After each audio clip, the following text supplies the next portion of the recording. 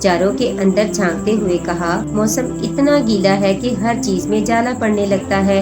صباحت نے بڑبڑاتے ہوئے کہا اور کچن کیبنٹ سے مختلف چیزوں کے ڈبے نکال کر بیجی کے سامنے رکھنے لگی۔ وہ اسی تیرتے علاقے کی مچھلی تھی نا، اسی لیے انہیں پتا تھا کہ ساری چیزیں کیسے رکھی جانی چاہیے۔ صباحت نے اڑ کر سوچا مگر جواب نہ دے پائی۔ باورچی خانے کے دروازے پر کھڑے ابی جان نے اس کی بات سنی اور اندر آتے ہوئے کہا، بھائی ایک کپ گرم چائے پلوا دو تو کئی نیکیاں تمہارے کھاتے میں لکھے جانے کی دعا کروں گا۔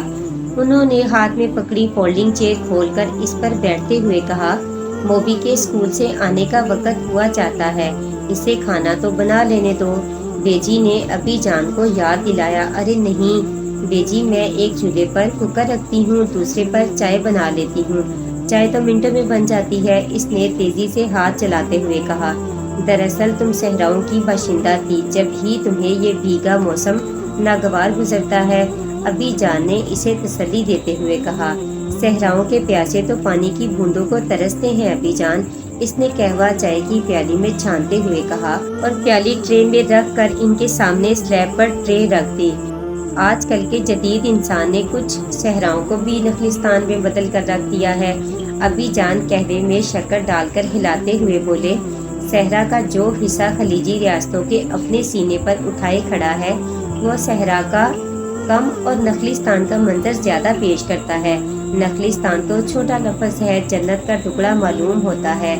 بیجی نے ڈبوں کے اندر نظر ڈالتے ہوئے بولی، ان کو بچانے کے اقدامات کرنے کے بعد انہیں واپس کیبنٹ میں جماتے ہوئے کہا اور پالک کے باریک کٹے پتوں پر چمکتے پانی کے قطروں کو دیکھتے ہوئے صباحت کو اپنا دبئی بری طرح یاد آ گیا۔ اپنا دبئی، جواب اس کا دبئی نہیں آ رہا، جو اب اس کا دبئی نہیں رہا تھا، صحرا میں منگل کا منظر پیش کرتا تھا۔ اس کو اس دبئی سے پاکستان کے اس دور دراز پہاڑی علاقے میں آ کر بسے اب تو کئی سال گزر چکے تھے، مگر وہ اپنے دبئی کو اب تک نہ بھلا پائی تھی۔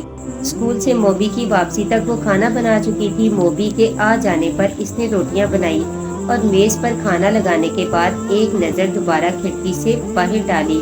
پانی کے قطرے گرنا بند ہو چکے تھے، بس درختوں پر چھپے پرندوں کی اڑان اور واپس آ کر درختوں کی شاخوں پر بیٹھنے کے عمل سے پیدا ہونے والے ارتعاش میں بھیگے پتوں سے قطرے گرتے تھے اور پھر رک جاتے تھے۔ برآمدے میں موبی کے گیلے جوتے اور جرابیں رکھی تھی۔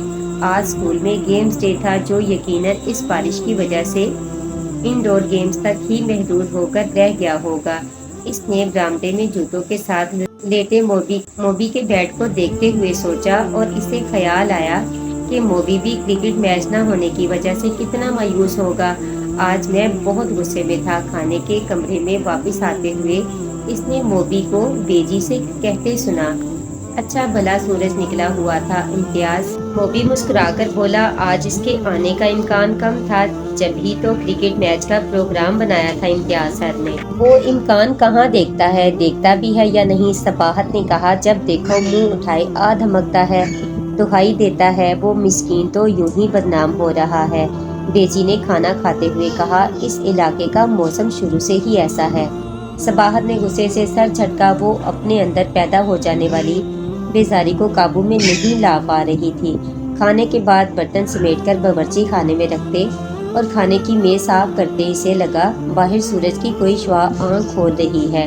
اس نے تیزی سے اپنے کام نمٹائے اور فضل دین سے برتن دھو کر کچن صاف کر لینے کا کہہ کر باہر برآمدے میں آ گئی۔ سورج نے آخر کار آسمان پر چھائے گہرے بادلوں کو پچھاڑ کر اپنی بالادستی قائم کر ہی لی تھی۔ وہ برآمدے سے نیچے لان میں جاتی سیڑھیوں پر بیٹھ گئی۔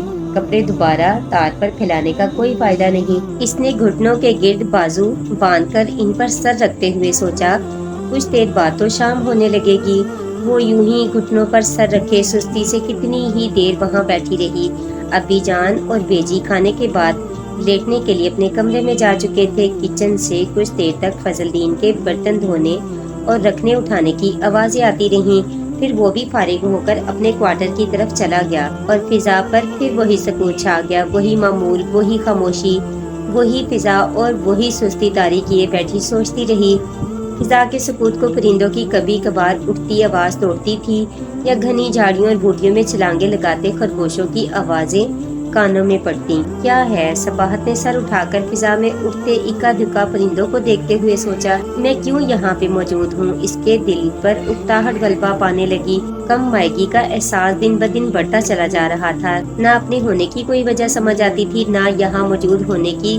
یہ بھی کوئی جینا ہوا؟ روزمرہ کے نپٹائے جانے والے کاموں میں سے ایک کام ہو گیا۔ وہ کافی دیر وہاں بیٹھی اسی طرح کی باتیں سوچتی رہی اور پھر اٹھ کر آہستہ قدموں سے چلتی اندر اپنے کمرے میں چلی گئی۔ میرا تمہارا جو رشتہ ہے اس کی کتنی اہمیت ہے اور کیا ہے؟ کمرے میں داخل ہونے پر سامنے کی دیوار کے ساتھ رکھے لکڑی کے بھاری کنسول پر سجی تصویر پر نظر پڑنے پر اس نے فوٹو فریم سے جھانکتے اس چہرے کو دیکھتے ہوئے اسے مخاطب کیا۔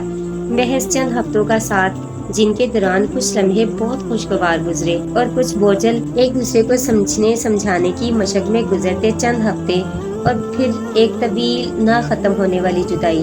اس نے فوٹو فریم میں جڑے شیشے کو دوپٹے کے پلو سے صاف کرتے ہوئے سوچا، کیا اس طویل بے رنگ بے خوشبو زندگی کا کوئی انت بھی ہوگا؟ اس نے بیڈ کے کنارے پر بیٹھتے ہوئے سوچا، وعدے کی کوئی زنجیر تو ابھی بندی ہی نہ تھی کہ جسے توڑ دینے کا خوف دل میں سمائے۔ آگے آگے چلتی چلی جاؤں، پھر بھی زندگی ہے کہ اسی ڈھنگ سے نبھے چلی جا رہی ہے۔ وہ آنکھوں پر بازو رکھے بستر پر لیٹ گئی۔ غروب ہوتے سورج کی کرنوں نے اپنا زاویہ بدلتے ہوئے اس کمرے کی کھڑکی سے اندر جھانکا اور اس کی شعاعیں براہ راست فوٹو فریم پر پڑنے لگی۔ شیشے میں مقید شخص کے شانوں پر سجے سنہری پھول ان کرنوں کی روشنی میں نمایاں نظر آ رہے تھے۔ میں کوچ کے اڈے پر کھڑا ہوں اور مجھے آپ کے گھر پہنچنے کا کوئی ذریعہ میسر نہیں ہو پا رہا۔ بتائیے کیا کروں؟ ابی جان نے موبائل فون پر سے یہ پیغام پڑھ کر بیجی کو سنایا۔ تو نکالے نا آج اپنی فراری۔ بیجی نے حسب عادت دوپٹہ منہ پر رکھ کر ہنستے ہوئے کہا کہ آگے پیچھے انجن لگے ہیں اور دونوں ہی بیکار ہوئے جا رہے ہیں۔ پڑے پڑے۔ ہاں ابی جان، چلے فوکسی کا دھکا لگاتے ہیں۔ موبی کو بھی ایڈونچر سوجا۔ وہ جو چچا جان کوچ کے اڈے پر کھڑے ہیں یا پھر بیٹھے ہیں، انہیں لکھ دیں ہماری فراری اسٹارٹ ہونے میں پونا گھنٹہ لیتی ہے۔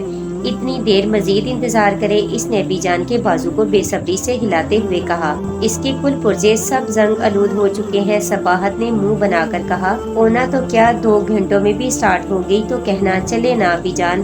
موبی نے صباحت کی بات انسنی کرتے ہوئے ابی جان سے کہا، میں بابا فضل کو بھی بلا لیتا ہوں، ارسلان اور حیدر کو بھی آواز دے لیتا ہوں۔ وہ چٹکی بجاتا ہوا باہر کو بھاگا۔ منیب صباحت کو جب موبی کو ڈانٹنا مقصود ہوتا تو اس کا پورا نام لیتی تھی۔ ارے بھائی کوشش کر لینے دو بچے کو، یوں بات بے بات ڈانٹنا، ہر بات سے منع کرنا بھی ٹھیک نہیں ہوتا۔ بیجی نے سلائی کی ٹوکری سے دھاگے کی ریلیں نکال کر بے ترتیب اور الجھے ہوئے دھاگوں کو سلجھاتے ہوئے کہا۔ پھر وہ ابی جان سے مخاطب ہوئی، تم اس مسکین کو تو خبر کرو کہ کوشش کر رہے ہیں اس تک پہنچنے کے لیے۔ میں کیسے اطلاع کروں؟ مجھ سے اس کا میسج کھو گیا۔ ابھی تو سب سے اوپر تھا، اب نہ جانے کہاں گم ہو گیا۔ ابی جان آنکھوں پر چشمہ جمائے فون آنکھوں سے قریب کیے نمبر ڈھونڈ رہے تھے۔ فون پکڑائیں صباحت کو، وہ خود ڈھونڈ لیتی ہے، آپ جا کر گاڑی سٹارٹ کرنے کی کچھ تدبیر کریں، بیجی نے کہا۔ لو بھائی دیکھو اس میں ہے کہیں عمر کا نام؟ ابی جان نے اٹھ کر فون صباحت کے ہاتھ میں دیتے ہوئے کہا۔ ابی جان کے فون کی عمر پوری ہو چکی ہے، اسکرین اندھی ہو گئی ہے اور بٹن دبنے کا نام نہیں لیتے۔ صباحت بڑبڑائی، اس کو بھی علاقے کے موسم کا اثر ہو گیا ہے۔ بیجی نے صباحت کے کہے بغیر اس کی طرف سے آنے والا اگلا متوقع جملہ بول دیا اور حسب عادت دوپٹہ منہ پر رکھ لیا۔ صباحت نے رد عمل کے طور پر ہلکا سا سر جھٹکا اور کوشش کرنے لگی کہ اسے کچھ دیر پہلے موصول ہوا پیغام مل جائے۔ اس دوران موبی بار بار دوڑتا ہوا اندر آتا اور کسی نئے اوزار کی فرمائش کرتا، پلاس، رینچ، پیچکس، ہتھوڑی دے دے۔ آخری چکر میں وہ بلند آواز میں بولا، گاڑی کا دروازہ نہیں کھل رہا۔ بیجی نے ہنستے ہوئے پوچھا، کھڑکی کا شیشہ توڑ کر اندر بیٹھنے لگے ہو؟ او ہو، موبی نے جھنجھلا کر کہا اور ایک مرتبہ پھر بھاگا۔ دیر رات سے ایک آواز ابھری تھی جس نے گھر کے در و دیوار کو ہلا کر رکھ دیا تھا۔ ابی جان کی حیرانگی، صباحت کی فوکسی، موبی اور بیجی کی فراری انگڑائی لیتے ہوئے اسٹارٹ ہو چکی تھی۔ صباحت نے اٹھ کر کمرے کے دروازے سے باہر جھانکا۔ سب بچے یاہو کے نعرے یوں لگا رہے تھے جیسے شاہد افریدی نے بھارت کے خلاف کسی بڑے ٹورنامنٹ کے فائنل میں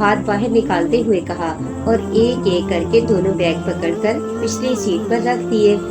اور پھر چچا علی امام سے مخاطب ہوا، آپ نے انجن بند کر دیا، اب یہ کیسے سٹارٹ ہوگی؟ اوہو، انہوں نے پیشانی پر ہاتھ مارا، تمہیں پہلے خبردار کرنا چاہیے تھا کہ گاڑی سٹارٹ رکھنی ہے۔ اب وہ دونوں کسی بحث میں الجھ گئے۔ مسئلہ کیا ہے چچا؟ اس نے ان دونوں کی بحث میں کودتے ہوئے کہا۔ ارے بھائی یہ گاڑی، انہوں نے گاڑی کے بونٹ پر ہاتھ مارتے ہوئے کہا، لاکھ جتن کرو پھر سٹارٹ ہوتی ہے۔